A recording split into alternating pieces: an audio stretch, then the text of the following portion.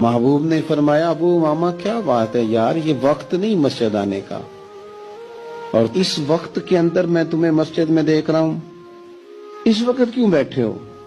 عرض کرنے لگے حضور مجھے قرض نے پریشان کر دیا، آزمائش میں آ گیا، حضور کیا کروں؟ تو نبی کریم نے فرمایا میں تمہیں دعا سکھاتا ہوں نا۔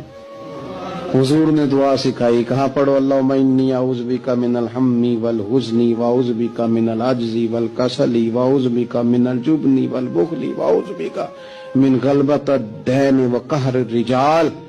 فرمائے اس دعا کو پڑھا کرو، اللہ خیر کر دے گا۔ حضرت ابو ماما فرماتے ہیں لوگوں میں نے یہ دعا پڑھی، میرے نصیب دیکھو، پڑھی میں نے پر سیکھی میں نے ڈائریکٹ حضور سے ہے۔